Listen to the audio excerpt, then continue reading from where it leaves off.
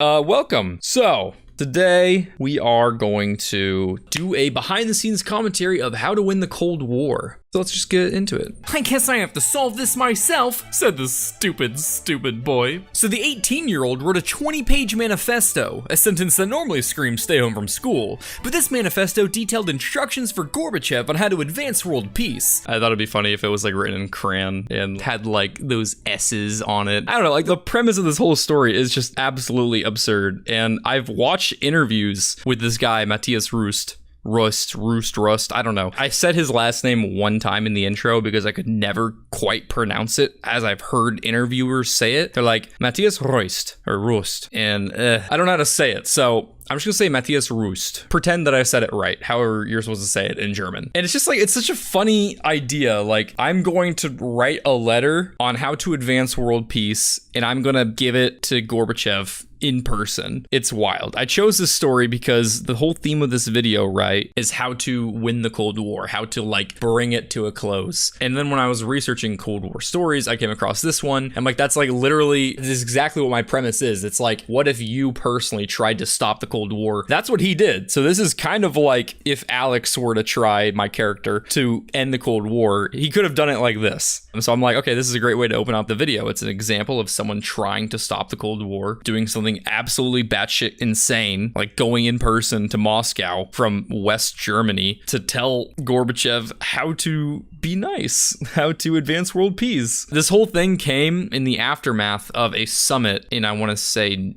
it'll show on the map. The next steps of his plan were rather simple. All he had to do was take this manifesto, hop in a Cessna, and fly from the west directly into Moscow, where he could hand deliver it to Soviet President Mikhail Gorbachev himself. This is the flight route. This is the actual route. He flies from West Germany and he goes all the way to Iceland. And this is the location of a summit that happened in 1989 where Ronald Reagan and Gorbachev had met, and they'd failed to reach any agreement to reduce nuclear arsenals at the time. And so he was really upset to hear that news. He had gone here hoping that there might be a way for him to see them there in Iceland. Ended up not happening. So then from there, made a few more stops before he ended up going straight into Russia. Like he just in full send went in. And like people were picking him up on the radar the whole time. Like people saw him. They saw this flight. At first they thought a crash happened somewhere in the sea over here, and search and rescue were sent to go see if they could locate the wreckage because he disappeared from radar once he went too far this way towards the Soviet Union. It's really interesting, this whole story. And also I thought it'd be really funny for like every single time Gorbachev is shown in this video, I use the picture of him in a Pizza Hut commercial, which is true. Gorbachev appeared in, I think, the first Pizza Hut commercial to ever be shown in the Soviet Union when they opened up there. And I think more than anything, that is the perfect symbolic moment to show that America won the Cold War. That they got the leader of the Soviet Union to appear in one of the most capitalistic American chains you can have, Pizza Hut. That is core America right there. The only thing better is like McDonald's, right? So it's hilarious. So I thought it'd be really funny to use that picture of him every time I showed him. They realized their mistake too late once Matthias landed an aircraft directly onto Red Square. So just a little bit of details there. He didn't land right on it. Like he didn't land right where you're seeing. Actually, what he did was he flew over it a few times, which is crazy. People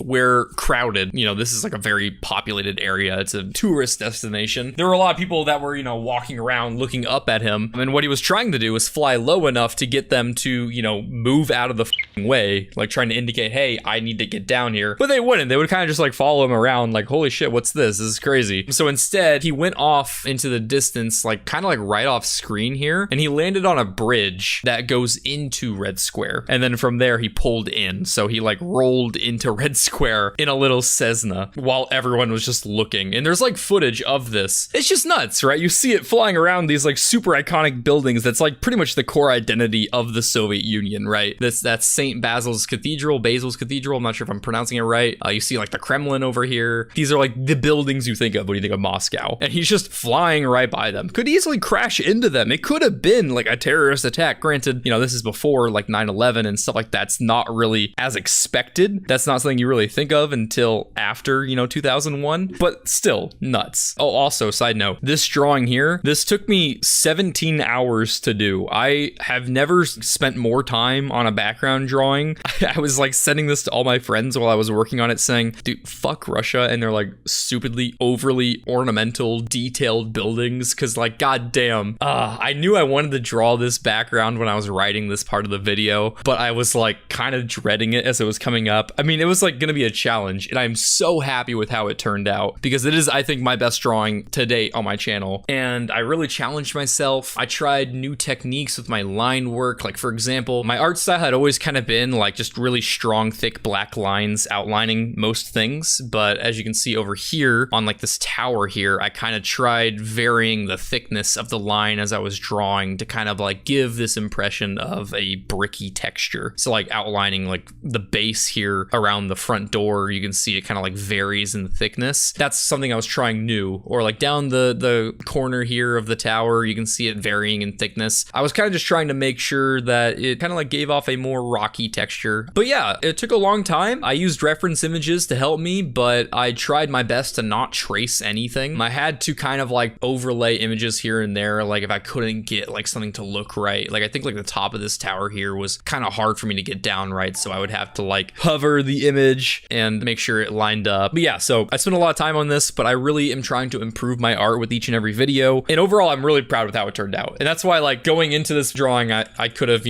shown the plane landing, but I kind of wanted to have a few frames where you didn't see anything but the drawing, just to kind of, like let people appreciate how good it looks. Honestly, like I'm just very proud of it, because if you look at how much my art has evolved over the years, this is by far the best it's ever been, I think. Like looking back at my first video. So let's see my backgrounds in this video. Let's compare and contrast. Here's an example of a destroyed building, right? I just have a PNG of a nuke out the window. I got really thick lines in, this is back when I was using pencil brushes instead of like brushes. I've changed a lot since then, as you can tell. And like, I don't have any three-dimensional, aspects to these walls. Like now I would show like, like this isn't just like a flat paper thin wall. You would see pieces of the wall in the background through this hole here. Or like, let's look at another. So like, here's like an example of a background where I started. This was back in 2020. So this is like my big background of this video. This is the one that I spent the most time on. Like, wow, it's like it's almost like a completely different style at this point. But like just seeing how far I've come in drawing, like I'm not anywhere close to like a great artist, I don't think, but just seeing my own improvement is kind of why I like doing these videos and why I like taking the time to make them good, taking the time between uploads, because it's not just about, being an influencer, making money, getting famous or any of that. It's really about the art for me, as dumb as that sounds. This is my creative outlet, and I really want to try to challenge myself to try new things with my videos and to improve. That's kind of what it all comes down to. But I really wanted to highlight with this video especially just how much I've improved over the years and tried to continue to with each video. Marking the first time a German invasion ever got to Moscow. What would Lenin think if he could see this? Oh, he's right there. The first time a German invasion ever got to Moscow. No one pointed it out, but there is actually a battle called the Battle of Moscow in World War II. That was a time where Nazi Germany at the time kind of got to Moscow. I think they were within like 50 miles of the city though. They never actually got to the city. So as far as I could find in my research, this is the first time like outside Germans quote unquote invaded Moscow, in the sense that a German came to Moscow without being allowed to, in a like obviously not like a military invasion, but like in a way where it's like kind of like invading, because he flew in through their airspace without any permission. So kinda. While he wasn't able to build his imaginary bridge between East and West, having at least somewhat of an impact helps Matthias handle this rejection well, but apparently only for 2 years, as he later stabbed a woman to the brink of death for it. Yeah, that's wild. That's something that I did not find talked about anywhere in articles about him. Literally like 2 years after this event, there's a story on Wikipedia that he stabbed a female co-worker who rejected him, and that they barely survived. Like he went to prison for it, but I think he was given a really light sentence, and I can't confirm this is something I saw in the comments, that apparently the judge saw his story. Like he saw him like come into court and is like, oh shit, you're the guy that flew into Russia, that's cool. And then kind of like like let him off easy for doing something this psychotic. Oh my god, I don't know. It's just kind of funny. It's like an example of like don't like blindly worship your heroes. Not that he's like some kind of like idol, but yeah, that was just like whiplash for me reading about him. What? Why me? Why can't you leave me alone? Well, as you can see, I didn't do all that great of a job at it, and also, you're a lot of fun for me. But don't worry, champ, I've got a titillating tally of tales of wacky capitalist and commie shenanigans to help teach even you how to win the Cold War. This is the longest intro I've ever done, right? But I don't really even see it as an intro because it's a story in and of itself. It's content. I didn't really like waste your time. But yeah, it's like a 2.5 minute intro. And I thought it'd be funny that it's like this whole time, this is like a bedtime story where I had broken through Alex's wall. This is me having broken through his wall and closing a book, like as if that whole time I was just reading out of it to him. And yeah, there's like a lot of little Easter eggs in here. I had a lot of fun animating this water pipe in the background. I thought that'd be cool, like ambiance. You'll see throughout this video, this is like the most I've ever had to do fluid animations in any video of mine. So I feel like I got really good at kind of understanding liquids throughout this. And then yeah, I wanted to like kind of show the evolving impact I've been having on Alex throughout my videos because I've been kidnapping him a ton. So like yeah, on his walls he has like clay pigeon shooting knowledge, you know, how to shoot birds, protect yourself from kidnapping, if it flies it spies, birds aren't real. It's just like all this like swings from like self-protection to copium, like birds aren't real, he's not real, BlueJay's not real. And then I always have my, you know, JoJo reference in every single video. So that's my little, you know, part 2 JoJo reference. He's a big fan of part 2, I decided. Why does he live in a nuclear wasteland? That's not where he lives. You hear BlueJay say like, now it's up to you to end the Cold War and save the world, right? The premise is me teaching Alex how to end the Cold War and covering different examples of like stories of like Cold War shenanigans and how each nation tried to one up each other. And I say like, as you see, I didn't do all that great of a job at it, indicating the wasteland in the background, like, oh yeah, I fucked up, the world is now a nuclear wasteland, we're gonna try it again, but this time you're the one that's gonna try to fix things. So that's kind of like the premise, that's why there's a nuclear wasteland in the background. By the way, this wasteland is reused from my intro from my radiation science video. But yeah, that's kind of like my little Easter eggs here. All right, Alex, let's take you back to sorry about that, Alex, one got away. What? You and the one what? Just a piece of my soul. I had the boys in the lab split mine up. Split your soul? Why? Why, to put the pieces in the marketable plushies, of course. Kind of like Harry Potter, but less stupid and British. Introducing— Before we go too far, I did have some stuff I wanted to say. The harpooning. Many of you guys already know that I kind of try to distinguish these two, like, quote-unquote worlds in my videos. There's the narration world, where characters like Timmy, the guy with the spinny propeller hat, Alex, who you see here, who's now dressed up in a very, like, James Bond-esque outfit. I looked at, you know, Daniel Craig from Casino Royale as my influence for this outfit, and other people that like BlueJay interacts with, or characters that have nothing to do with the history being told and are just being used as tools of explanation. They all live in the narration world. And then there's like the history world that contain characters who actually existed in history. So like when we saw Matthias Roest landing in Moscow, that would be an example of like the history world in my videos. And they're like the ones that are meant to portray, you know, historical events and explanations for them. So I kind of played with this idea here where we see this like soul fragmented BlueJay get shot with a harpoon and dragged off screen. So if you notice, like at first when he comes in, he's moving with smooth transformation animations, just like normal BlueJay does, the true BlueJay in my videos. But once he gets shot with a harpoon, what's this? Did you notice that choppy drag off screen? So I have him get dragged off screen with frame by frame animation. So that, AKA, that's like the exact same way that all non-BlueJay characters move in my videos. Alex will move like that. Whenever I have like a more fluid action being portrayed by a character, they all move in frame by frame animation. They don't move with transformation animation for the most part. Only BlueJay is the one that does that. So I'll draw one frame at a time. For me, that's usually around 30 FPS. So this is meant to be a symbolic artistic choice. It's kind of like ripping this false BlueJay BlueJay's status from godhood that the true BlueJay enjoys in my videos. He's being torn off screen to be destroyed, and at the same time, his illusion of power is shattered by changing into frame-by-frame animation. Now, did I really need to go into like so much symbolic depth for the intro to a merch plug? Honestly, I kind of think so. It's exactly like the little artistic choices like that that make the biggest difference in stories in general in my videos. I think like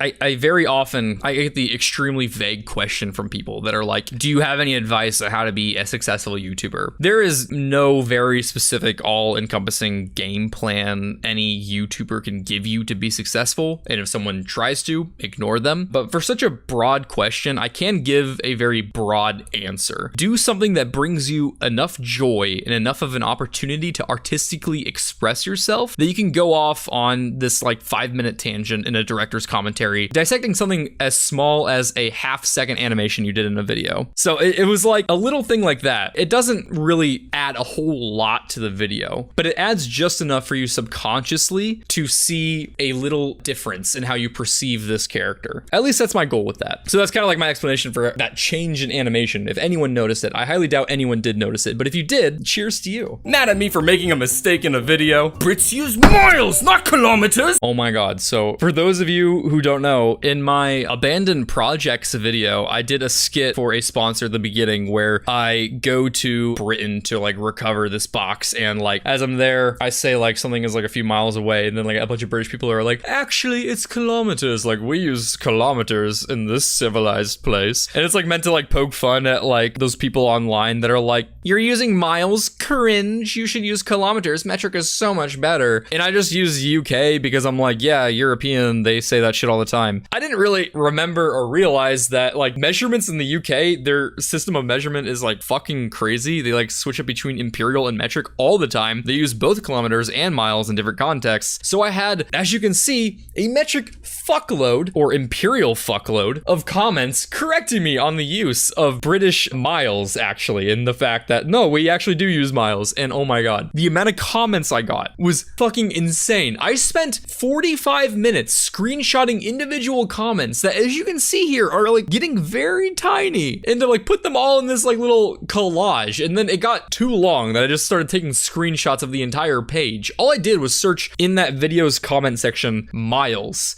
and I got hundreds, like multiple hundreds of comments that I screenshotted. Even after I pinned a comment saying, hey guys, I know I made a mistake. They use miles in the UK, sub Germany in. Oh my god, I just had to like address that because I still get comments to this day. We use miles in Britain. And then as this guy pointed out, British people use miles, but I bet someone else has said that already. They did. They very much so did. Jealous of my outdoor content adventures? Well, now you too can wiggle a bird plushie in front of a camera in public. It's too much fun. Yeah, I went to the Liberty Bell to record this. I spent a lot of time putting together this ad. If you would like to buy a plushie, you can here. Oh my god, it's so cute. This is the link if you would like to buy one. Highly recommend. It's my highest quality plushie. And I know I'm biased, but I genuinely think that. I hope you guys can trust my word a little bit. Oh yeah, and also recording that in front of like the park rangers standing around the Liberty Bell was very embarrassing. But you know, you gotta do what you gotta do for the joke. But my soul can only be split into so many pieces before I'm reduced to a shallow husk of a bird. So click the link below and throw your money at your screen before it sells out forever. And now, back to the video. So real quick, one thing that I do in all my videos, as you guys know, I hide a penny for the first person to find it to get the penny hunters role in my Discord. I hid the penny in this pile here of plushies. Right there, you can see a little BlueJay penny peeking from behind. My thought process here is that if you want to find the penny, you gotta watch the ad. I'm sorry. I thought it'd be funny because I thought like everyone would like expect it to be hidden in this like hyper detailed background in the beginning of the video with red square, but nope, I hid it in a pile of BlueJay plushies. So there it is. If you were curious, Amber Jewel was the first one to find it. Keep that in mind for the next video. If you find the penny first, just ping me in Discord, let me know, and I'll give you the penny hunters role. But the fanfare can only be short-lived, as a new tension was already brewing over the world's path forward: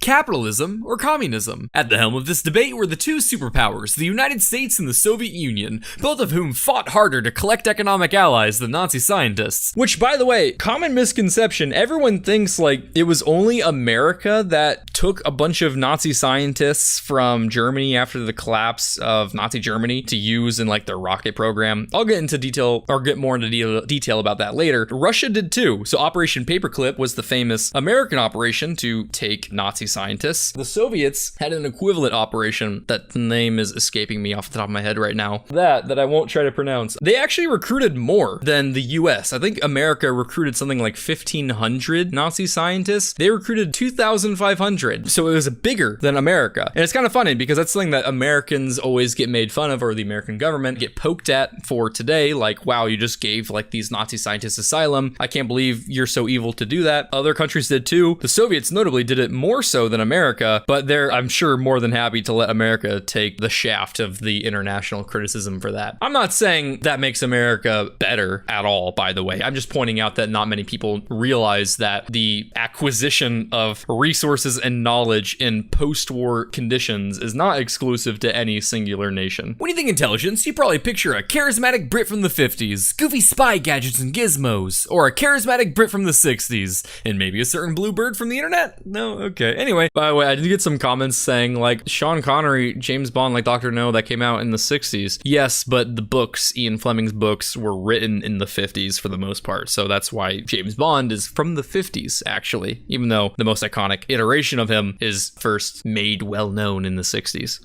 They forgot to bypass that pesky sense of hunger. After one more operation, their abomination was now trained, wired, and hungered for nothing but tanky blood. The perfect cocktail of conditions for its first mission. So the interesting thing about that, when I'm researching the story, right, they talk about their process training it. There is a declassified document you can find that I have in my sources if you're curious, by the way. If you go into my description at the bottom, since there were so many sources for this video, I couldn't fit it in the description. I have a Google Doc that you can look at if you're curious, and you can see all of my main sources / material you could read more if you're curious. I do have like the official document here that was declassified that you can look at. It's not very long, but this is kind of like where it was brought to the attention of the public. And also while you're researching this, you find mention that, yeah, like hunger was a problem because it would just wander off when I got hungry despite all the training. And it says, this was addressed with another operation. That's it. That's all I could find. What does that mean? Addressed with another operation? What did you do to this cat? How do you address hunger? I don't know what that means. That could be something as serious as like fucking with the nervous system or the brain matter, some kind of like kitty lobotomy. I don't know what they did. It could have been that. It could have been an operation to like have like a trickle feed of blood sugar to make sure it doesn't get hungry. I don't know what they did, but that's all it says. I don't know. I'm curious. There was someone that commented on this video saying that they are personal friends with Robert Wallace, who I later on mentioned. He was a former director of the Office of Technical Services in the CIA. So if he knows, if that viewer sees this, please ask him what that one more operation is, because I don't fucking know, but it's driving me insane.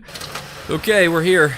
Time to let the cat out of the bag. I'm reporting you to HR, Scott. Okay, Agent 009 Lives, this is what we've been training for, all right, buddy? It'll be a quick in and out 20-minute mission. Just walk up to the guys on the bench and listen to what they have to say. Don't let curiosity kill the cat.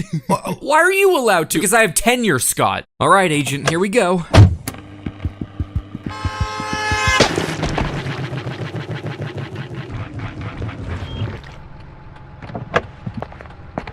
Oh shit, Carl! Carl, grab me that shovel from the back. We gotta scrape this guy off. This skit was so fun. I was thinking it'd be funny to kind of like do something similar to a skit I had done previously in my first wacky fashion video. When I'm talking about King Henry VIII and his cod pieces, there's a part of the video where I talk about how there used to be a statue in the Tower of London where if you step on a certain spot on the floor, there was like a hidden mechanism that would reveal his cod piece. And for the skit, I had like the artist like step on the ground. He's like, check this out. And you hear like a bunch of like noises and then like the cod piece is revealed. I like doing a lot of skits that have like a bunch of things that you just hear and you have to picture what's happening yourself and you put it together. Or actually, that skit inspired something else later in this video, that fashion skit. The one that really inspired this one, my bad, was the skit about, in my duels video, sorry, where I had Babière Dufay insult the cockade of Raoul de Vere. They fought. Those are the guys that dueled in the street. Babière Dufay, I think, got disarmed 4 times. Then they tied their hands together, got in the back of a carriage, and rode a few laps around the plastic carousel and stabbed each other. During that skit, it's very similar to this cat skit. It's like these 2 guys listening in to the horrors that are unfolding. Same shit here with the cat. 2 guys. I like to imagine that they're like the same 2 guys as well, listening to the horrors that are unfolding with this cat. Very similar skits, but that's kind of like where I pulled a similar idea from. Robert Wallace disputed this bitter end, stating that in reality, the project was abandoned because the cat was too hard to train. Therefore, the equipment was surgically removed and it lived a, quote, long and happy life afterwards. Okay, but like, was it? If you have an operation that removes its sense of hunger to be a distraction, how do you undo that? That's what I want to know. Like, that's why it's really sketchy. There's these 2 guys with both respectable positions in the CIA saying completely separate stories. I don't know which one is the true outcome. Like, you removed everything, it lived a long and happy life afterwards. I know a lot of people are really jaded about the CIA, but I don't really think it's as dark, especially the people in it. I don't think they're as like dark as a lot of people like to think they are. So I can see them actually putting in the effort to remove any devices, which probably isn't that hard to do. It's only a little radio, and then like letting it live a long and happy life, because like Americans love their pets. They would like to do that. But it's also kind of like a little too good to be true sounding. Like, really? Did they do that? Was it not hit by a taxi? I don't know, man. Especially, how do you undo this operation to remove its hunger? I don't know. I really want to know what the true outcome is, but I think that's up to you to decide. How about we take a peek at Soviet espionage, Alex? Oops. Looks like someone wasn't a good double agent. Jesus, was that necessary? Yeah, nobody really likes intel leaks, especially the Soviets, whose counterintelligence programs were far superior to the West. The key to their effectiveness was quite simple. All they needed was a totalitarian state with an authoritarian government who gave them free rein to target absolutely any threat to sensitive intelligence, whether real or imaginary. As you can guess, many innocents were executed. SMERSH here effectively means death to spies. It is like the mashed together words of like, I forget what exactly, but it's like spies and death. It was like a squad, a regiment of the Red Army, really around the time of World War II and like the immediate aftermath, whose primary objective was to kill spies. Like, that was what they did. And why they were so effective was, you know, like their like boundary, their threshold for deciding whether or not something is a threat to national intelligence is pretty low, right? So, you know, like, does it seem like they could have been leaking intelligence? Yeah, put a 9 in their head, you know, and call it a day. So that's like how they were very effective. It's very famous. There are a lot of examples in the Cold War of like spies or CIA agents or officers. Actually, that's a common misconception. The CIA does not have agents. They have officers. So CIA officer, like being parachuted into the Soviet Union with like Soviets waiting for them as they're parachuting down. That's like a tale as old as time, like whether true or not. But the Soviets' counterintelligence efforts, at least at the beginning of the Cold War, were very effective. And part of the reason for that is because of how brutal they could be, how good they were at shutting things down. It's an unfortunate side effect of having, you know, like a more overall free society, quote unquote, is it's harder to control things like leaks of intelligence and whatnot, because, you know, the USA, you couldn't really get away with just like popping a cap in someone you suspect of being a terrorist. You can't have like a great purge like Stalin had, where you just kill thousands of people who are problematic. That wouldn't really fly in the land of the red, white, and blue. But yeah, that's why they were really good at counterintelligence in the Soviet Union. There is something to be said about the KGB's effectiveness, especially in the area of human intelligence, as the CIA say. They were very effective. That was like their bread and butter, having assets that they develop in the West that were, at first, they were primarily interested in the economic philosophy of communism, Marxism, Leninism in the Soviet Union. That's why it was very easy for the Soviets to bring people to their cause, because people were already interested in supporting a communist revolution in other places of the world. And so there's like a lot of like classic examples of spies in Western society that were very effective for the KGB. And the most classic example is the Oxford Five, I think it is. The Cambridge Five was a ring of spies that were in the UK that passed information to the Soviet Union. They were very respected members in Cambridge.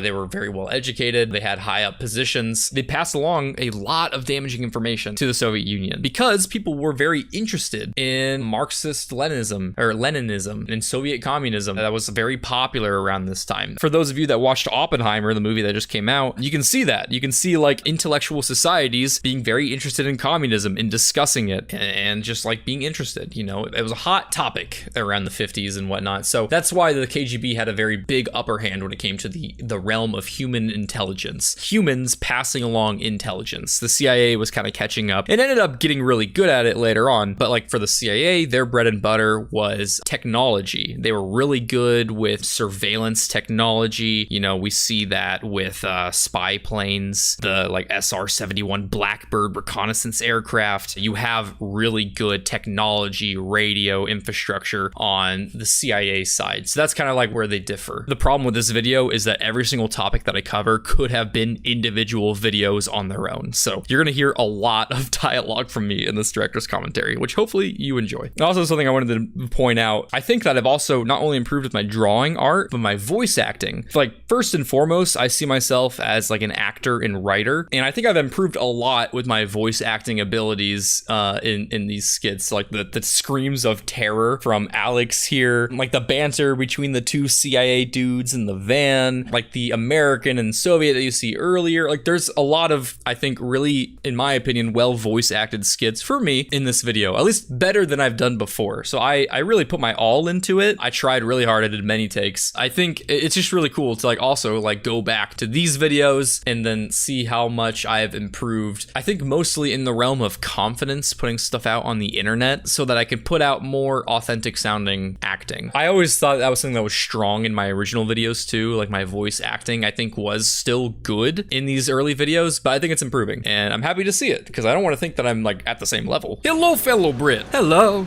I see you've noticed my umbrella. As my babushka always said, Simrasat mir adinotrish. Oh, I mean grandmother. Why does your umbrella have a mag? In case I need to reload. You never know when you might miss. The rain. Uh-oh, looks like it's raining. Here, let me open my umbrella for you.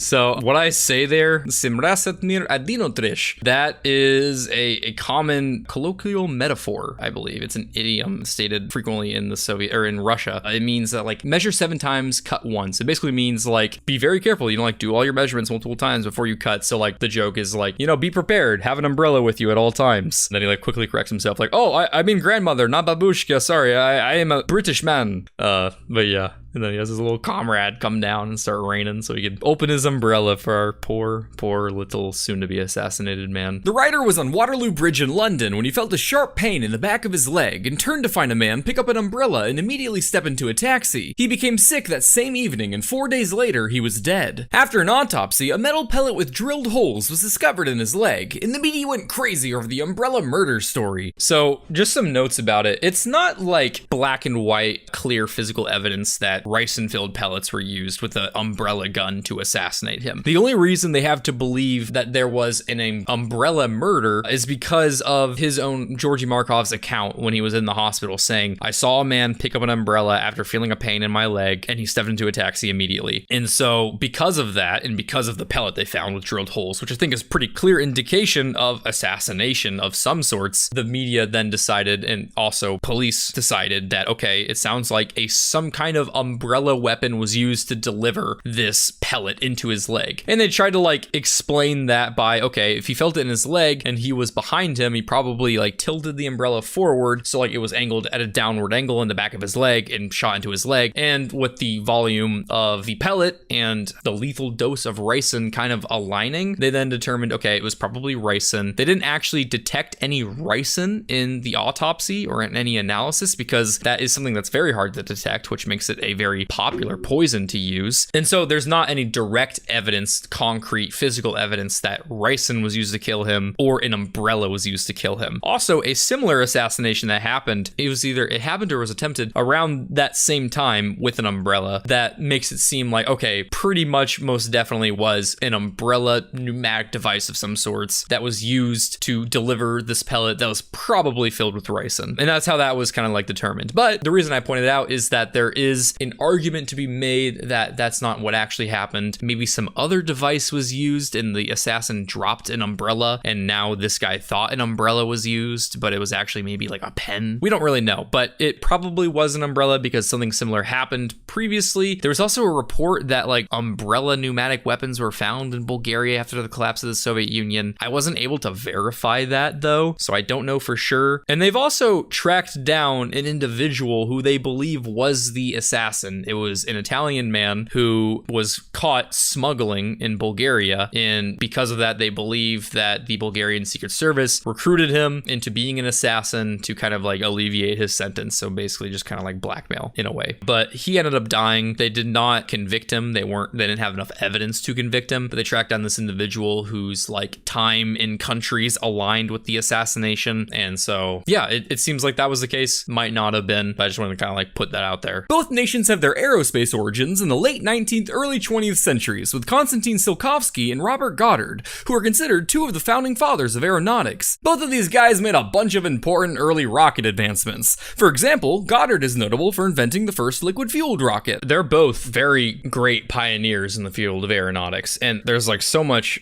I really hate like the mindset that like so many people who like think they're educated, like fucking Redditors basically, like people that like know like a few things about like the space race, they like to be like, actually, you know, America wouldn't be where they would be without Nazis. It was all Nazis. It wasn't Americans making like rocket tech. There's actually a quote by Werner von Braun was asked about like his contributions being like a pioneer of rocket tech in the United States. And he said something along the lines of like, don't you know about your own Robert Goddard? You have your own like pioneer. So like even the Nazi is able to say, what are you talking about? You guys have had amazing rocket advancements before me. The Nazi himself is saying it's not just Nazis making rockets in America. It's not like we just took these guys that built the V2s and now we all of a sudden have rocket tech. That wasn't the case, and you'll see me talk about it more in this video. Actually, for example, the Soviet Union, they also had a bunch of early rocket programs like America did that were on par in rocket tech levels of Nazi Germany in the 30s before the V2s were ever developed. So there is a lot of early rocket advancement being done around the world from amazingly brilliant people. That was just like actually amazing. And I feel upset, like as someone that also has like a STEM background, that like these people are being overlooked for their insanely amazing achievements because people are like, Nazis were the ones that made NASA what they are. Yes, Nazis did contribute. Yes, Nazis did have a big hand in things, but there was so much rocket development, even with the Nazis there, that was being done by American engineers, American scientists, American physicists. They were making incredibly good contributions. And same thing with on the Russian side. Actually, they're leaders of their like R7s and like the first intercontinental ballistic missile. They were like citing Konstantin Tsiolkovsky as their like direct influence, like their father, the person they look up to for their work. And both sides, they made amazing contributions. I just think it's a little sad that the work that they did, men and women, are being, you know, passed off as just Nazis. It's just incredibly disrespectful. Yes, there was Nazi involvement. It wasn't the only involvement. It wasn't an American achievement. Like the space race was an American achievement. The space race was a Soviet achievement, not a Nazi achievement. And then also just like a little note about like Konstantin Tsiolkovsky, because I don't go into him in more detail than like what you see here. He's like insane. He's a school teacher who independently derived a basis of the kinetic theory of gases on his own. He like made these insane discoveries from scratch and then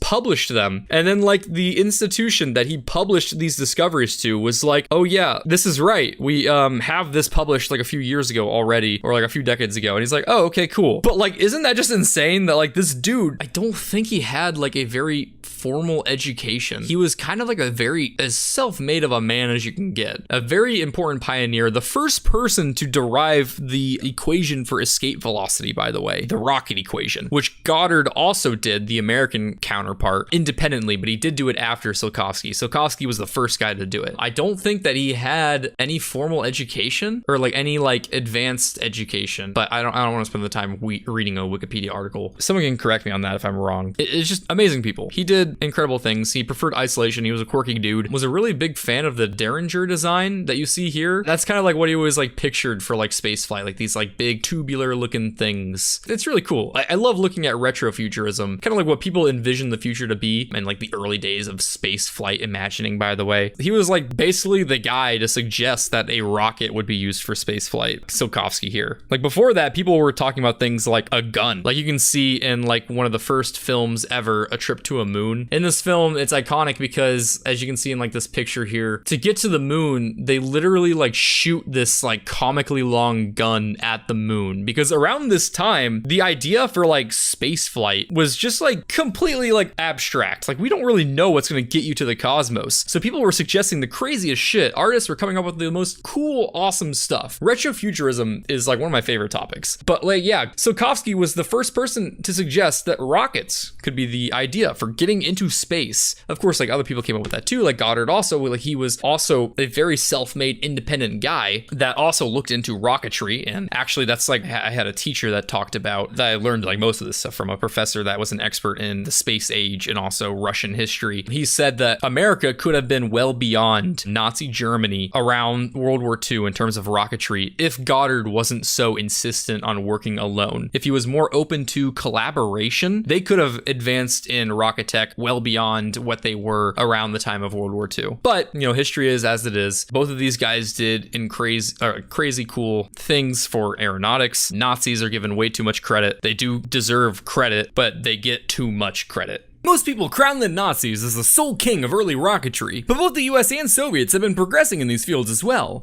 In fact, the Soviets' rocket tech was on par with the Nazis in the early 1930s. That is, until Stalin's policies slowed things down a bit. What are you talking about? Ah! Jesus Christ! Nevertheless, the Soviets kicked off the space race by launching the first ever artificial satellite. I made a mistake here. I always have mistakes in my videos, as you guys know. This is not an R7. It is this, the Vostok rocket. It's derived from the R7. It's an iteration. I said it was an R7. It's not an R7. I got that pointed out to me like very early on in the video. But yeah, mistake. Sputnik 1, a big metal ball with 4 antennas, a clear nod to the all-powerful flying spaghetti monster. Inside the little satellite was a radio that transmitted menacing beeps to the people below, sending a clear message of its existence and terrifying Americans as it flew overhead. Yeah, so one thing I just want to say really quickly about Sputnik 1. It's really funny like learning about this. So like the space race was a rocket race, but also a missile race, you could think of it as, because the R7 was the first intercontinental ballistic missile. The Soviet Union made the first ICBM. What they pretty much did was take off the nuclear warhead and slap on a satellite and then just shot it into space on top of an ICBM. So like it's like a very economical use of resources. That's something that you can say for a lot of Soviet rocket tech and their just contribution in the space race. It's just very economical, very recyclable, very like bare bones. They're just trying to get things done first. That is their goal. It's very political. It is very showman-like. That is what their role in the space race was. I'll have more to say on that in a little bit. Sputnik 1 was a pretty cool achievement. Soviets immediately responded with Sputnik 2, this time putting the first animal into orbit, a dog named Laika. They just snatched a random stray, figuring if anything can survive the hellscape that was the Moscow streets, then the literal exosphere shouldn't be that different. After a bunch of training, Laika was strapped up and launched into orbit. She was never intended to survive the mission, so they planned to ease her suffering with some poisoned food later in the trip, which would have been great if she hadn't been roasted in a makeshift air fryer in the first few hours when an engine failed to separate. This could be due to the fact that the spacecraft was both designed and built in only 4 weeks in order to hit the launch deadline. Oh man, there's so much to talk about with Sputnik 2, but the story of Laika is always like one of the saddest stories that I've read about and thought about, but there's so much to say here. So like first off, Laika, that was the name that became popular, but just kind of like a fun fact, Soviet personnel actually gave her many names and nicknames. So like I wrote some down here just to remember. There was Kudryvyaka. Thank God they didn't stick with that one. That's like Russian for like little curly. There's Zuchka, little bug, and Limonchik, little lemon. And Laika was the one that was popularized worldwide. And I think it translates literally to like barker. So yeah, like they had a lot of different names for her. So it's just really sad because, you know, it's not only sad for us. Like I feel like you look at Russian history and you think like, wow, they kind of have like a disregard for dogs. There's like all these like dog experiments that they do. And, you know, maybe they do. Maybe they have a different like perception of dogs than the United States public does, which is usually one of like complete endearment. But it was also really sad for the Soviet scientists. So one of the scientists, one that was leading the training, actually, I talk about him later. This guy, he was a scientist who was also like the lead of like animal recruitment and test animals, I think, for the program. I think it was him as well. It could have been someone else, but I believe it was him that before the launch took Laika to his house to play with his kids the day before her flight, hoping to give Laika like some last joy before she was to die. He wanted her to have a day of being a dog, seeing what life is like as a dog before going on this one-way trip. You know, before this, think about it, Laika was a stray on the streets of Moscow. We don't know her backstory, where she came from, but it's most likely that she never really had the life of like human love that dogs are supposed to have. So it is kind of like really sad and really sweet to know that she at least had like this one night. And also to know that like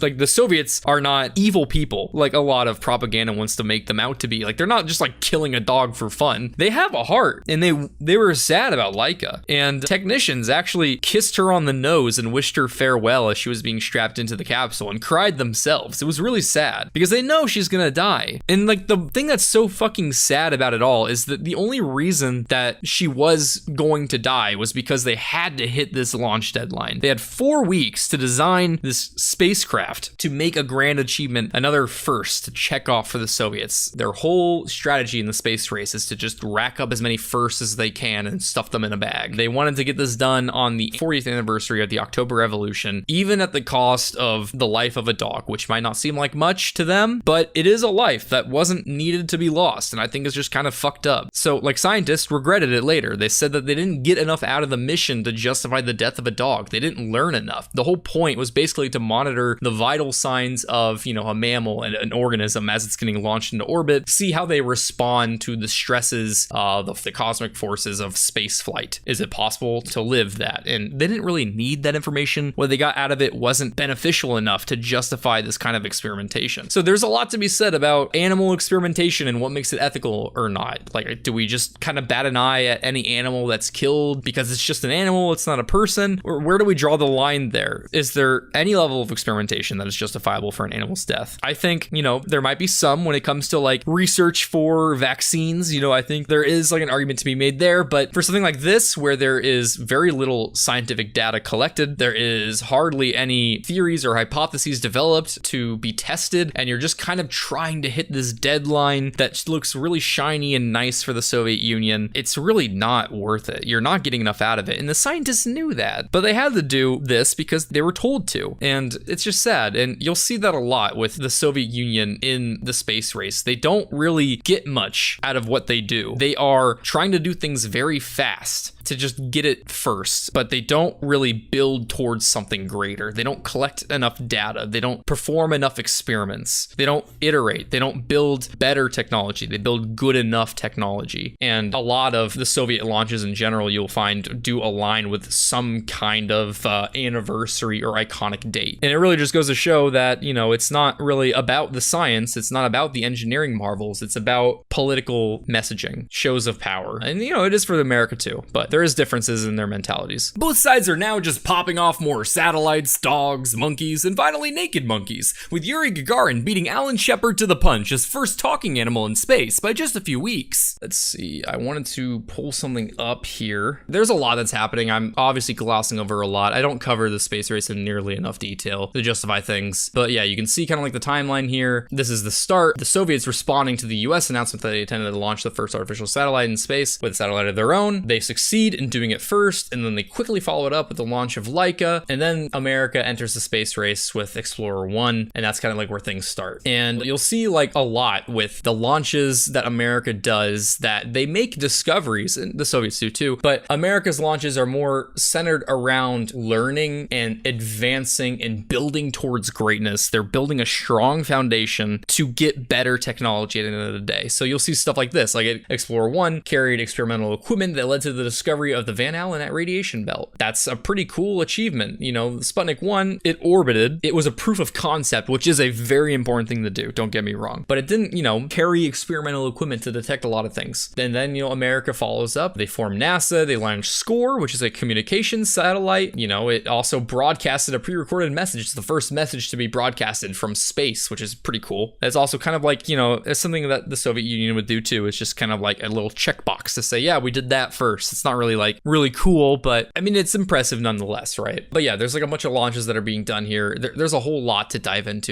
I took a whole, you know, semester and then some to research all of this stuff about the space race and the space age as a whole. So there's a whole lot to learn that I can't really cover in this video. With Yuri Gagarin beating Alan Shepard to the punch as first talking animal in space by just a few weeks. So this is the best point to highlight the differences, I think, between the Soviet model and the American model. So here we have Yuri Gagarin and Alan Shepard's flights. So one thing that you'll notice, the Soviets were doing a lot of things right before America. And a lot of that's because America would announce a launch. The Soviets, their launches were kind of kept hush-hush. America was very open, very public with all of their developments. They were filming and broadcasting every launch, everything. The Soviets would post things after the fact, would make public things after the fact, but they wouldn't be as open with what they're doing as the Americans were. So they would see America say, okay, we're scheduling this launch on this day, and then the Soviets could then just move up their timeline to just get it done right before then. And so then that racks up this big list of all these like fancy, bright and shiny firsts. But at the end of the day, it's really kind of just that. It's like a big, bright necklace of like fake gold, like all these like fake jewels. But like America, they built a strong foundation to get the brightest jewel of all at the end of the day, which was the moon landing, which a lot of people will say is like, oh, that's a different thing. That's the moon race, isn't it? The space race. The moon's in fucking space. It's the space race. I know it's a little different, but it is still a monumental achievement. So anyway, with these two launches, Yuri Gagarin and Alan Shepard, both incredible heroes, I would say. So they're really symbolic because you can see the different approaches that the United States and the Soviet Union had. So the Soviet space program was organized with a task mindset. They were working on checking off boxes, is what you could say. And they're trying to achieve as many flashy firsts as they can get with their good enough technology. You know, they got a bare bones ship and capsule that had like no room to move at all, very little room for control on Yuri Gagarin's part. He had almost no involvement in the flight. He was kind of just like sitting in this tomb hoping it worked out. He did have some things and some power and control over the capsule, but not a whole lot. And that's kind of like a difference in compared to what you look at with the American and Alan Shepard and his equivalent mission. So the US, you could say, their space program had a more project mindset. They were focused on the long game, on developing the better technology that could be built upon, that could be iterated. So it's a difference in mindset. The Soviets were trying to check off boxes, get to the next checkbox. America had a overall game plan. They had a project mindset where they're building on technology. Not that the Soviets weren't, you know, iterating as well, but it's just a difference in kind of like their overarching philosophy. And so you can look at the capsules of these spacecrafts and really see that difference highlighted. If you just like look at the differences of these capsules, it looks like this is a pretty good picture. You can kind of see it's pretty bare bones, right? You have a main control panel, you have like a few switchboards here, but you're really just kind of sitting here along for the ride. The flight's pre-programmed. You don't have much control over your trajectory. You have some minimal control, but you're just kind of like there hoping that things work out in the end. Here you go. You're kind of like sitting there along for the ride, right? Still an impressive achievement, don't get me wrong. Now, the United States, on the other hand, Alan Shepard, just look at the difference here. The sheer number of instrumentation here, the amount of control that Alan Shepard had. The US's flight was packed with far more instruments for the purpose of collecting data for observing, collecting science to learn and better improve upon technology in spaceflight than the focus of the Russians, right? The Russians were focused on getting the first man to space. This was the very economical way to do that. They had the right outcome. Their task was to put the man in space first. They succeeded in doing that because that was their mentality. They worked with economical designs so that they can get it done first. America was focused on developing better technology. They wanted to learn from their experiences so that they could focus on the long game of developing that truly superior spaceflight technology. So it's kind of like, it's a tortoise and the hare. They collected a lot of fancy firsts first because that's what their goal was, and they wanted to develop good enough technology. There's actually a quote by a Soviet scientist in the space program. They quoted a Russian proverb in describing the difference between the American space program and the Soviet space program, where he says, "The better is the enemy of the good." basically saying working to improve and find the better technology will always surpass the good enough technology. And so I just wanted to take a moment to stop here to talk about the difference between these two space flights, both of which are very impressive. I am not trying to undermine Yuri Gagarin's first man in space status. The fact that they were able to get it done first is still impressive, and I don't think should not be seen as impressive. I'm just trying to highlight why we shouldn't see something like that and think America is dog water, they're far behind, they just can't get it done first, they're not good enough. That's not what it means. It just means they have different focuses in the space race.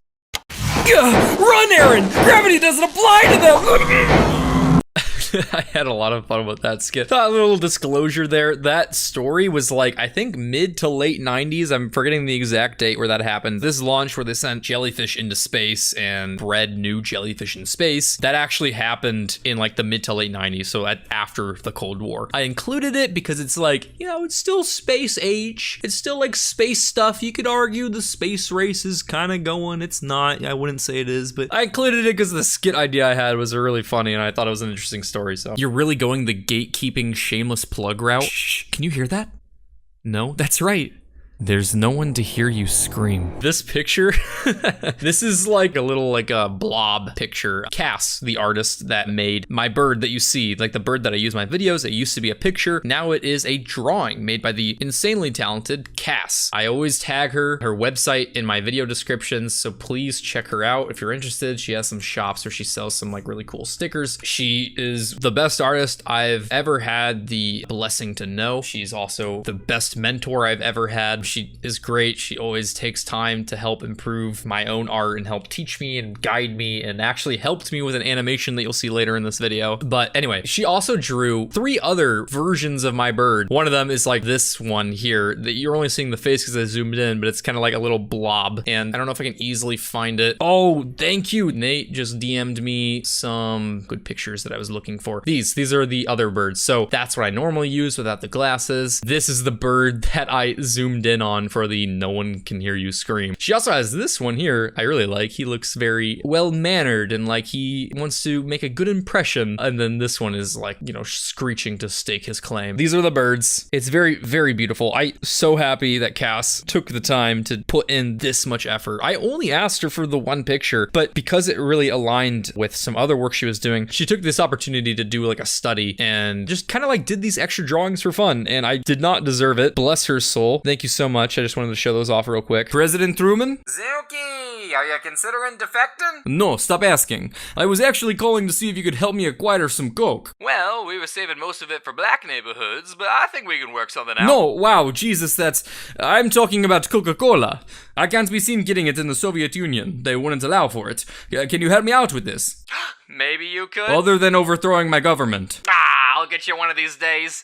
Let me see if I can work something out. That skit was that was like one of my wackiest skits, I think, in this video. I don't know why, I just thought it would be really funny to have Truman as this like really like whimsical, like goofy guy that's like, hey, like I've been talking, like as if they have like a big history, Zhukov and Truman, like as if Truman many times is like trying to get this guy to defect or like overthrow the Soviet Union. I thought it was really funny, but I think I got the idea because I was watching Oppenheimer like back in July, and their depiction of Truman was kind of like different than I had imagined, and because of that I thought it'd be fun to kind of like take that depiction and crank it up by like a few volumes, and then have some dark humor in here. Like I make a joke about how like, you know, Truman mistakes coke for cocaine, and then there's like the conspiracy, I don't think it has been fully confirmed to be true, that the CIA helped peddle crack cocaine to minority groups in I think the 80s and 90s, which is obviously after this time, but you know, it's like close enough time frame that I thought it'd be kind of like a little jab, a little funny jab throw in there. And also I just kind of want to like point out, like I make a bunch of choices throughout my video. Like right here, I actively chose to have Zhukov sitting on the right, looking to the left, trying to keep that sort of like perspective of where everyone's like symbolically either looking to left where the west is or right to where the east is. It's kind of like the 180 degree film rule, where it's like when you have like two characters talking, you don't want to break that 180 degree line. So I'm kind of like trying to like do my own version of that here. So like Zhukov is in the Soviet Union, the Eastern powers looking left towards the West where Truman would be, and I try to keep that going throughout this video. And you see that quite a bit. Like, I have the Soviet Union on the right, I have America on the left. Now, I will say that I think this is an example of an area that I can benefit from and improve upon with like visual storyboarding, which I don't really do a lot of right now because it's an artistic choice that I made, but later on, and I think a few times in this video, I accidentally break my own rule, which I think is okay to do, break your own rules, but it'll help keep my artistic choices more consistent if I have some storyboarding that I do, I believe. So just kind of like pointing out an area where I think I can improve, because I tried to do this throughout this video, and I think I broke that rule myself a few times. Not a lot, but a few times. This way, when Zhukov wanted a nice refreshing Coke,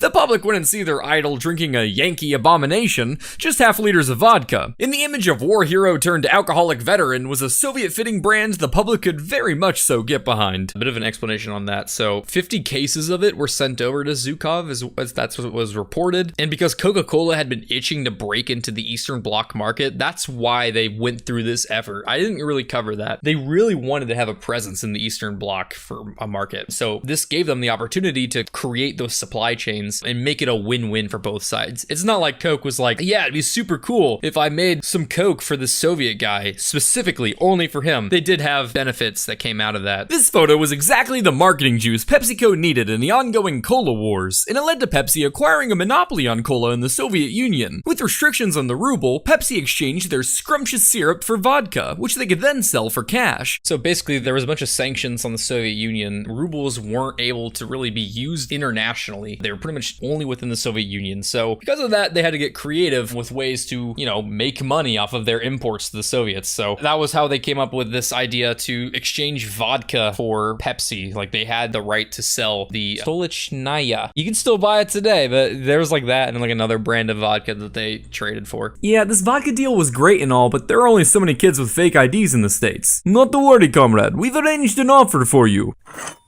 What is this? Something to go with Naval Fleet. Ah, there it is. What are you doing? You wanted me to bring something new to the table, so I bring ships to table. Thank you, Igor. Пожалуйста. Figuratively! Bring something figuratively to the table! And why would I want a naval fleet? To help with your current conflict with Coca-Cola. You are in Cola War, are you not?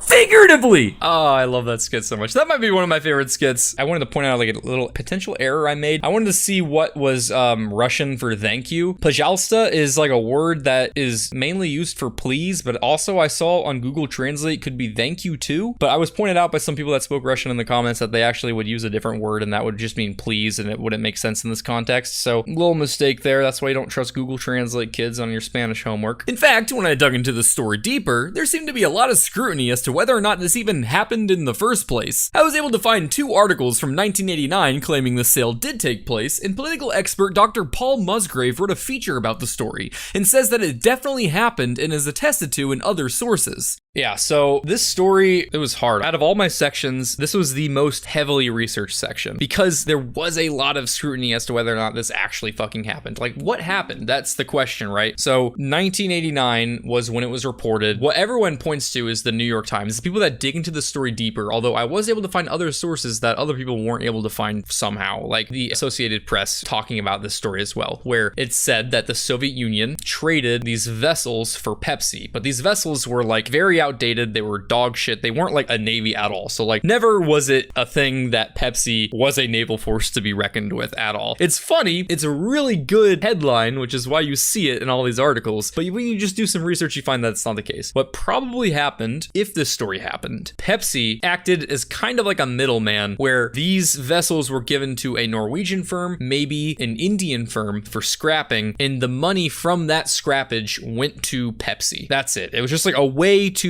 make a few $1 million for some Pepsi. It wasn't a big deal, and that's why I think that at the time you don't see a lot more reporting on it, because it's like, you know, they just made a few $1 million for some Pepsi by scrapping vessels. But later on, in like the mid 2000s to late 2000s, this story just started gaining a lot of traction on the internet, and you saw all these articles come out saying like Pepsi was the 6th largest navy in the world at the time. Some would say Pepsi was the 6th largest military in the world at the time. You would see 6th largest submarine fleet. You'd see all these like 6th largest something. Never was that the case. If you look at like any metric of that ranking, you would see they never were 6th. I think like the only time they came close was like for submarine number or something like that, but don't hold me to it. I can't remember exactly what it was. And even still, like they would have been terrible vessels. MatPat made a video on it. I did see it, and I made a joke that like I'm better researched than MatPat because I was able to find sources that he wasn't able to find, which is, I don't know, I was like, oh, okay, cool. That's kind of nice. MatPat came to a different conclusion than me. He says that it didn't happen, in that it had evolved into a different deal that I'll talk about in this video here in a second, that happened in the 90s, oil tankers for Pepsi. Now, I believe the oil tanker deal was a separate deal than this 1989 deal. I think that it makes perfect sense that this deal took place because it wouldn't have been that big of a deal. They never touched the vessels. They just made money from the exchange, and it wouldn't have been a big deal at the time because with the facts that they knew, because it just happened, it wasn't all that important. It's like a few $1,000,000 means nothing. And then because Dr. Paul Musgrave made this feature on it where he dug into all these details, and when I reached out to someone who did reach out to him, he told me how Dr. Paul Musgrave was absolutely certain that this happened and that it was attested to it in these other sources that were behind paywalls that I couldn't get to, I couldn't find, but he was able to find and wasn't able to give me the exact sources to. But those were notably the Financial Times, the Wall Street Journal. The research that I did was adequate enough for me to believe that there is truth to the story. I think details can be mistold in some areas, but I think that it happened. I will note that there is not 100% certainty that it happened. I had people that I trust tell me that they are 100% certain it happened, and because of that, I ended up going with that version of the story where I said this happened and then the other deal happened. That was the bigger prize, which we'll get to here in a second. To me, it seems most likely that Pepsi acted as a sort of middleman in the exchange of Pepsi for a few $1,000,000 worth of Soviet vessel scrappage. But this was just a small fry compared to the big kahuna that would transpire the coming year.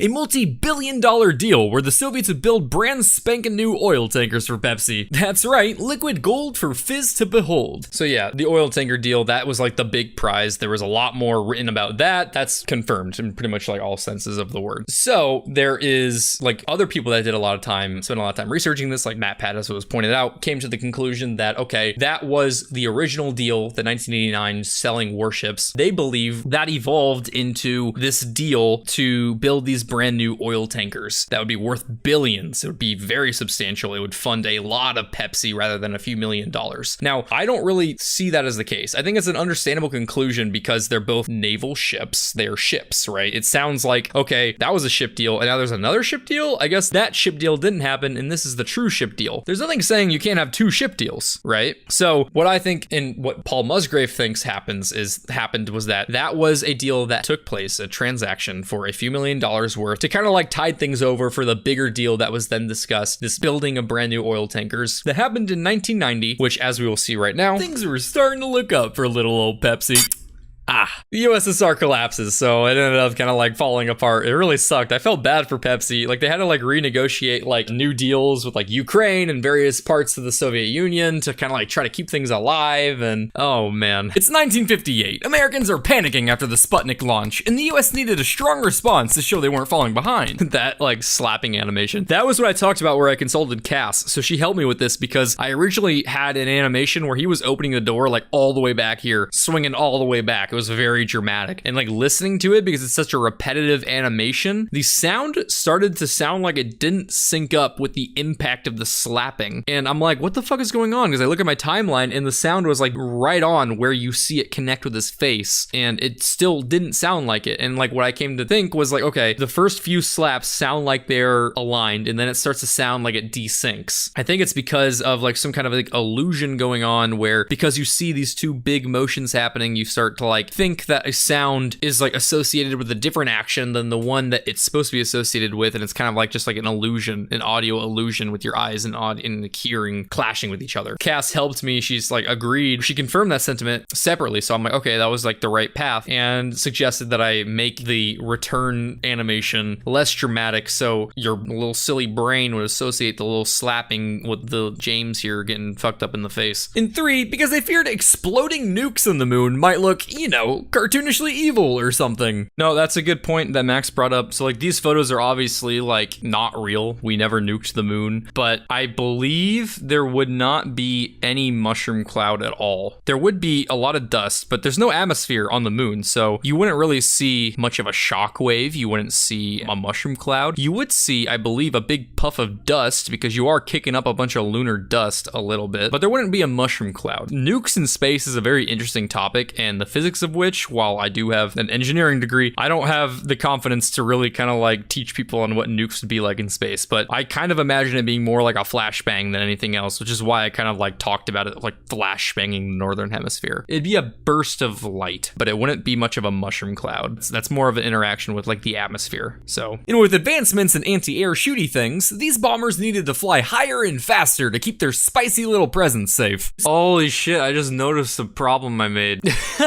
Fuck. So N2O or NOS is famously used for race cars. It's like, you know, what you see in Fast and Furious where they kick on the NOS to go faster. It's good for getting a big boost of speed, but I accidentally wrote down the wrong chemical formula at first, and I'm like, no, it's not NO2, it's N2O. And I corrected it on this frame, but I forgot to correct it on the frame before. I did not notice that until just now. So I'm pointing out my own error that I haven't seen anyone else point out. Yeah, that's not NOS. The N2O is NOS. But perhaps my favorite design flaw was the ejection system, which didn't shoot crewmen upwards like you'd imagine. That's where the precariously placed turbines sat hungry for breakfast, but rather below the plane, where the ground is. This meant that ejections were only safe above 350 meters, and when you take into account most accidents occur during takeoff and landing, you might as well stick it out if you run into trouble on the runway, or risk being turned into fertilizer. Yeah, this plane is just such a mess. Oh my gosh, like reading about it was just a nightmare. So I had a few different stories planned for the military section of this video. There's a story about a manhole cover that became the fastest object ever because it was on top of a nuclear test underground that was then launched like at a tremendous speed into orbit. For some reason, I thought that that was the Soviet Union. So when I got to researching that part of the video while I was writing the script, I realized, no, that was an American test. I already have an American military story. I need a Soviet one, damn it. So I pinged everyone in my Discord saying, quick, I need a Soviet military story stat. Some guy commented about this supersonic booze carrier that people drank the coolant to get shit-faced, and I'm like, perfect. Started researching it, found all these other problems, and I'm like, oh my god, this is such a nightmare of a contraption. It's hilarious. Like, for example, these turbines that are mounted on the tail fin here, that was a design that was like the first ever of its time, and because of how bad this plane was, has never really been replicated since. So that's like a very rare design, and that's why they didn't have ejections go above the plane and instead had it go below the plane, which is just like, sounds like a problem. What if you're kind of flying low and you need to get out? Well, you need to be above 350 meters or you're gonna be dead. All of this would earn the bomber one of its many colorful nicknames, Man-Eater, due to its quirky little knack of killing many of its own crewmen with an astronomical failure rate of 70 units lost out of 311 produced. For my Baldur's Gate friends out there, that's roughly equivalent to rolling a d4, and if it's a 1, you die. This nickname Man-Eater, when I was researching, I also saw other nicknames being referenced. I heard Defectocraft and Error Plane,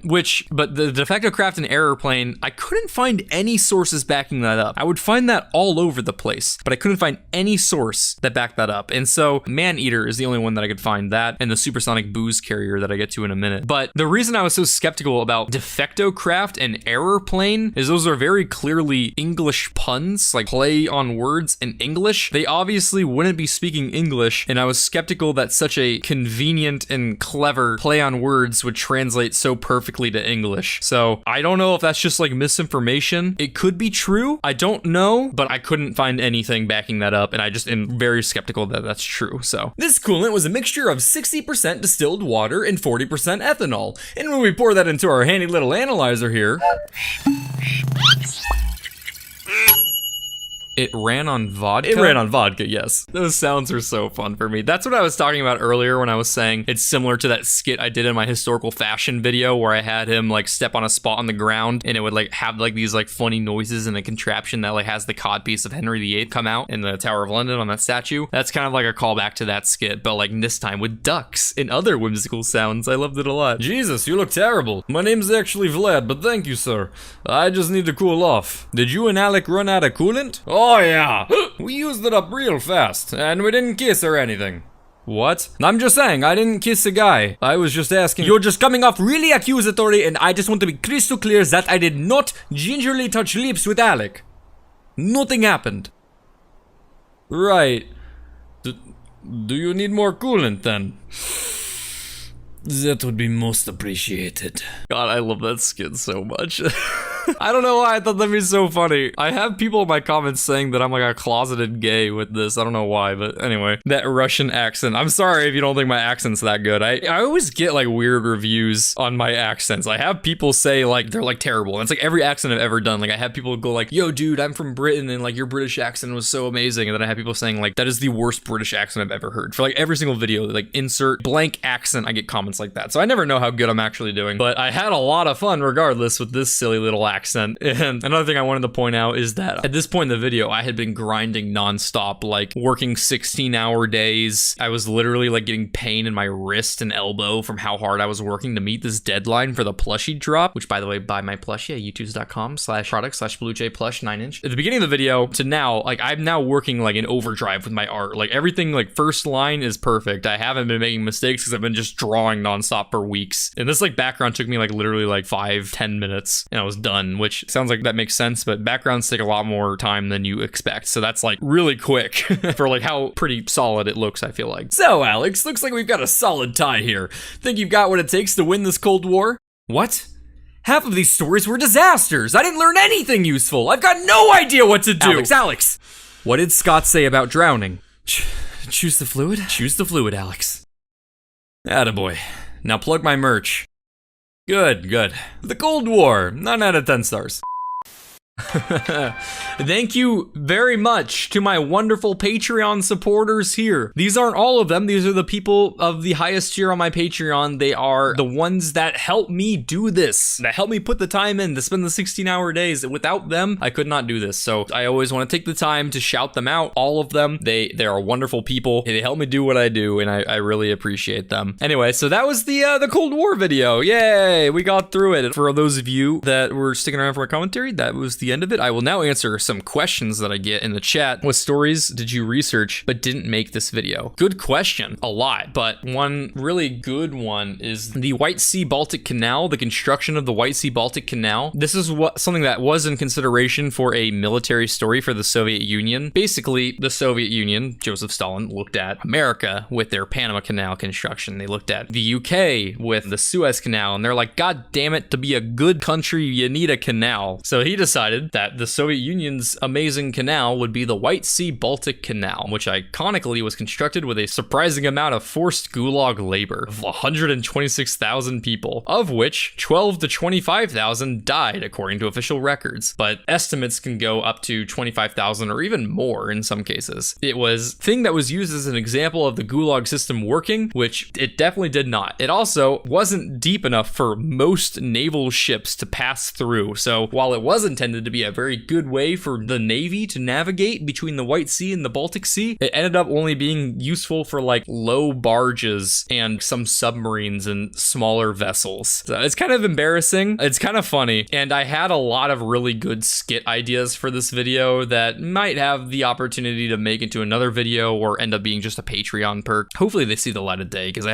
actually had written like a good fourth of this section and then decided to go with something else. Just because I thought there were so many details here that it would take too long and I wanted something quicker. Did you already discuss how you worked that out with YOUTOOZ? YOUTOOZ reached out to me, actually. I was really surprised. They saw my stuff, they really liked my content, and I thought it'd be really cool to see what a collaboration would be like. And I said, if this drop goes well, there is the opportunity for future products to be, you know, coming out with like maybe like figurines, like vinyl statues that you see other creators get, future plushies, different iterations, like with different hats, different characters of mine potentially. We're trying this as a first proof of concept to see like how well would my audience, you know, like react to a YOUTOOZ plushie. Do we have like a good collaborative potential? So if this sells well, then you might see future YOUTOOZ in the future. I hope so, because they're really cool. They really worked well with me to get something that I liked. I thought that was really nice. You know, I'm not really like all that big of a YouTuber, so it was kind of cool to have people that make, you know, shit for like huge IPs like Spider-Man and FNAF also work with a measly little 600k YouTuber. What's the wackiest fact you couldn't fit anywhere in the video? I mean, I kind of wanted to like explain the Gorbachev Pizza Hut thing in more detail. That was pretty wacky. I try to like make the wackiest things in the video, but there's definitely like a lot of other stuff that I could have talked about. Like I have a table that I was even considering different things. I actually originally had a diplomacy section. So you saw that I had intelligence, science, culture, and military. I was originally going to have intelligence, science, diplomacy, culture, and military, but because of how long this video was getting, it was almost half an hour. I'm like, I gotta cut out a section. What's my weakest one? Diplomacy. The thing that I was going to talk about there was the various Fidel Castro assassination attempts and the plot to attack his beard and his image and by the CIA. That was like my America story. For the Soviets, I was going to talk about the miscommunication that led to the fall of the Berlin Wall. It was a misreporting that made people think the Berlin Wall was not going to be a thing anymore. And because like everyone like ran to the wall to tear it down, they couldn't like turn back. So it was really funny. But the most interesting story that I really liked, Gorbachev later on in his life in an interview talked about a time where he was walking with Ronald Reagan. He asked him in like a garden, if America was invaded by aliens, would the Soviet Union come to their aid? Would they unite militaries to fight back the invasion? And he was like, of course we would, like within a heartbeat. I thought it was just kind of cool. Like these two countries that were like the most tense rivalry in the world, the two you would first expect to go to war, would agree in a heartbeat to fight off an alien invasion if it were to happen. And I thought it was goofy that they were talking about alien invasions. And just like, I don't know, like little moments of humanity like that is kind of like what I like to look for in politicians. How do you plan out your videos? How long between idea and posting? Idea happens almost always within a few days or at most a week after posting a video. So that's how long, like between videos, the entire time I'm working. I at most give myself like a week off between videos, except for a few occasions I had like a longer time period off. But for the most part, I work from like last video to current video at least 40 hours a week, if not more. Like the past few weeks, I was working unhealthy hours, like literally waking up at 9 and working till like 1 to 2 a.m. to get this video done. Your voice and presentation style is incredibly unique and I love it. 2 bits. From ideation to publication, what phases do you go through during the production process? Which do you enjoy / dislike more? I love it all.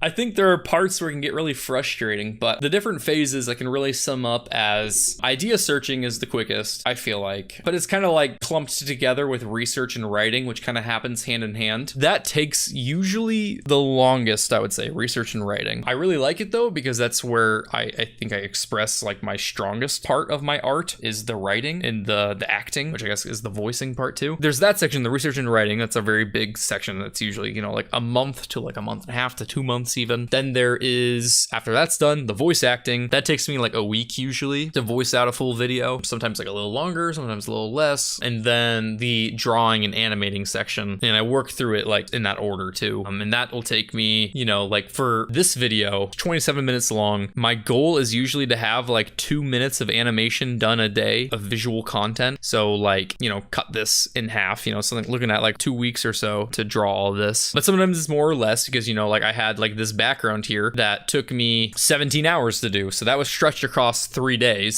So obviously that day I didn't get done 2 to 3 minutes of animation. So, it, you know, give or take, that's kind of like my goal for the day because drawing takes a lot longer than people think. But I love it all. I don't know if I have a favorite, but it can get frustrating if I get really stumped with the writer's block. It can get really frustrating if I am clamoring to meet a deadline while I'm drawing. Voicing can get frustrating if I just can't hit the inflection I'm looking to hit on a word. So they all have their equal frustrations and joys because I still love it all. How did you get into animation? I thought it was the best way to portray the chaos going on in my brain with these skits. It's easier to pull off extreme scenes than with live action film because that's what I did first was like live film. But skits in some instances can be easier to do with animation in the realm that like that you can draw whatever you imagine. It takes longer because you have to draw each picture as opposed to just recording it, but you can do more. And I'm kind of bummed that I didn't start sooner because I grew up thinking that like you had to be born good at drawing, but that's not the case. Literally anyone can become a talented artist. You just have to practice enough. Some people might like start off a little better, but you still have to draw to get good. I genuinely think and have been reassured by like plenty of other artists. I've been mistaken my whole life. You can just become a good artist by working hard enough. So that's what I'm trying to do. I'm trying to get better. I wish I started sooner. I always loved drawing growing up, but I didn't do it as much as I should have. I could have done it a lot more frequently. I had a bunch of sketchbooks that I would draw in like once every like few weeks. I didn't really challenge myself a whole lot because I didn't think like I was anything amazing. I'm like, I've always been like an above above average drawer, I would say. I held myself back because I thought I was better at other things. Yeah, I'm kind of bummed, but you know, it's never too late. I actually met at an art festival this lady that started painting in her 60s, and I bought a piece of her art because it was really cool, and I was really impressed, and I thought for sure she was someone that had been talented, you know, since being a kid. But no, she had never like drawn. She never really considered it. She taught herself because she had the time and wanted to learn something new, and now she does it for a living. That's pretty cool. Like, if someone in their 60s can do it, surely I can. All right, well, I think that is enough questions. I'm probably going to call it here and get some food. Just one last plug before I go. BlueJay plush, you got 4 to get it before it's gone forever. Anyway, thank you again. Thank you for listening. I hope you all enjoyed.